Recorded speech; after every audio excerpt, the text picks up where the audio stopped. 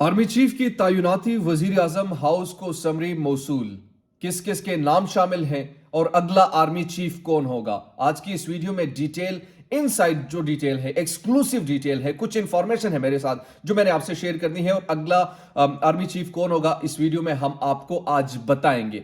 साथ ही साथ हम आपको यह भी बताएंगे कि इमरान खान के ऐलान करदा तारीख से पहले आर्मी चीफ का फैसला हो चुका होगा। यानी इमरान खान ने जो 26 तारीख की डेडलाइन दी है या फिर जो एहतजाज के लिए तारीख दी है, उससे कबल ही यानी 25-24 को यह फैसला हो चुका होगा कि अगला आर्मी चीफ कौन है। ये राणा सनाउल्लाह का दावा है, इसमें कितनी हकीकत है ये भी मैं आपके सामने रखूंगा।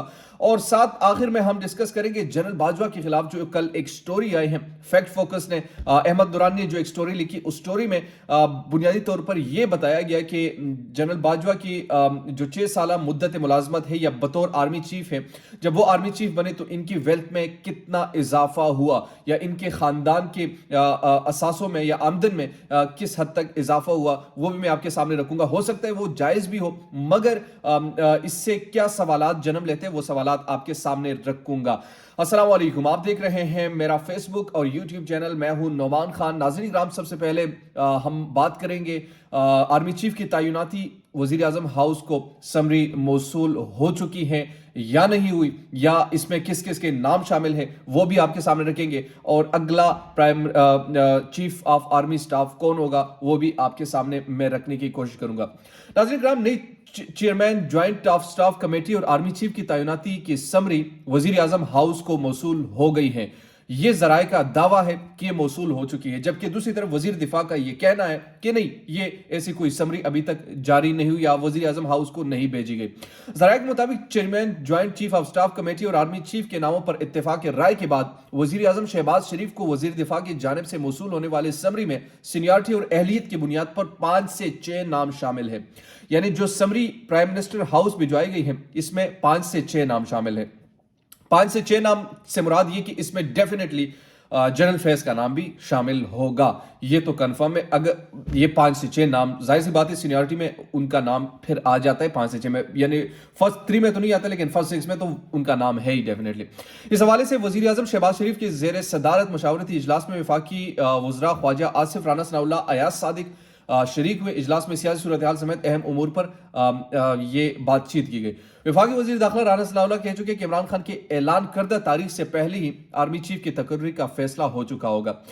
यानी बहुत सारे लोग जो वो सवाल कर रहे थे कि इमरान खान ने जो 26 तारीख की डेट दी है वो बड़े अहमियत के हामिल हैं, तो उससे कबल ही राना सनाउल्लाह ये कहते हैं कि हम आर्मी चीफ की जो तैनाती है वो अमल में लाएंगे। अब यहां पर बड़ा अहम सवाल है। सवाल नंबर 1 तो ये है कि हमेशा से जब भी किसी आर्मी चीफ की तैनाती होती है वो दर्द-ए-सर हुकूमत के लिए क्यों होती है? मिसाल के तौर पर ये तो एक प्रोसेस है और पाकिस्तान 75 सालों से चला आ रहा है, तो इस प्रोसेस में इतनी गंभीर डिसीजन, इतना डरे हुए सहमे हुए डिसीजन क्यों होते हैं, क्यों इतनी घबराहट होती है? जिस तरीके से यानी पिछले 2 हफ्तों से मुसलसल यही चीजें डिस्कस की जा रही है। अब मैं आपके सामने रखता हूं कि कौन से यानी किन की ज्यादा चांसेस है जो आर्मी चीफ नेक्स्ट बनेंगे। आसिम मुनीर की बात की जा रही है, लेकिन मेरी इंफॉर्मेशन के मुताबिक अब तक कोई ऐसी चीज नहीं है कि उन पर इत्तेफाक राय बनाई गई हो या इत्तेफाक उसमें उस नाम पर हो, यानी आसिम मुनीर के नाम पर अभी तक तो कोई ऐसी इंफॉर्मेशन इसकी नहीं है। दूसरी तरफ साहिर शमशाद जो है उनका नाम बहुत ज्यादा, या उनका सितारा बहुत ही ज्यादा चमकने वाला है, और कुछ इनसाइड इंफॉर्मेशन हमें यह भी बताते हैं कि नेक्स्ट जो आर्मी चीफ होंगे वो साहिर शमशाद होंगे। ये आज मैं 21 नवंबर को आपको एक्सक्लूसिवली बता रहा हूं कि अगला आर्मी चीफ जब भी नया नाम कोई सामने आएगा, आप नाम सुनेंगे साहिर शमशाद साहब का, वो पाकिस्तान के अगले आर्मी चीफ होंगे और पाकिस्तान के आर्मी के इदारे को वो आगे लीड करेंगे। इन 6 नामों में से जो पहले इत्तेफाक होना था, या ये 6 नाम तो वैसे एक फॉर्मेलिटी के तहत भेजे जाते हैं। हाँ, एक नाम पर सबके इत्तेफाक होते हैं, पहले से मीटिंग्स वगैरह होती हैं, उन मीटिंग्स में डिस्कस किया जाता है, फिर एक फॉर्मेलिटी पूरी करने के लिए 6 नाम भेज दिए जाते हैं और उसी नाम को पिक करके जनाब को लगा दिया जाता है। तो ये अब तक की जो अहम चीज़ है कि अगला जो आर्मी चीफ होगा وہ جناب محترم ساحر شمشاد صاحب ہوں گے. اور ساحر شمشاد صاحب کی جو آپ کو پتہ ہے کچھ دن قبل جنرل باجوہ کے ساتھ جس طریقے سے دورے پر تھے, ان کے ساتھ نظر آئے ہمیں, ان کی جو بالکل ایک مشن پر انسان نظر آتا ہے, بالکل ایسے ہی تھا. اب آتے ہیں جناب جو اہم سٹوری ہے, اور وہ جنرل باجوہ کی سٹوری. جنرل باجوہ کے حوالے سے فیکٹ فوکس نے ایک سٹوری لکھی ہے. احمد نورانی صاحب پاکستان کے جرنلسٹ ہیں, اور ابھی وہ یو ایس میں ہیں, کیونکہ یہاں پر ان کو بہت زیادہ مشکلات تھی, اور اس مشکلات کی بنیادی وجہ جو تھی وہ یہاں پر کچھ ایسی انویسٹیگیٹو سٹوری انہوں نے کی تھی اس وقت, جس کے بعد وہ ہٹ لسٹ پر آ گئے, اور ہٹ لسٹ پر آنے کے بعد ان کو نشانہ بنایا گیا, یا وہ اٹھائے بھی گئے, ان کو تھریٹس دی گئی, اس کے بعد وہ یو ایس جانے لگے. اب کل ان نے ایک سٹوری بریک کی ہے, اور وہ سٹوری جو ہے وہ جنرل باجوہ کے حوالے سے ہے. جنرل باجوہ کے حوالے سے ان نے کہا ہے کہ جنرل باجوہ کی جو فیملی ہے ان کی ویلتھ میں ہوش ربا اضافہ ہوا ہے. Members of Bajwa's immediate and extended family started a new international business, shifted capital abroad and bought foreign properties.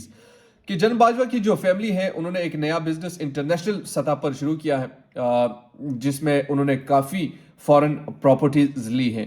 In this process, a young woman from Lahore became a billionaire 9 days period to become the daughter-in-law of the COS, while her other 3 sisters remained as they were. یعنی general Bajwa کی daughter in لا کے حوالے سے احمد نورانی صاحب لکھتے ہیں کہ لاہور سے یہ تعلق رکھتی ہے, اور وہ بلینئر اب بن چکی ہیں, جبکہ جو باقی 3 ان کے سسٹرز ہیں وہ بالکل جیسے تھے ویسے ہی ہیں. دس young woman Mahnoor Sabir got back dated allocations of 8 DHA plots in Gujranwala, کہ 8 DHA پلاٹ ان کو ملے ہیں on October 23, 2018, 9 days before her marriage on November 2, 2018, something only possible if one has ownership of the land acquired by DHA.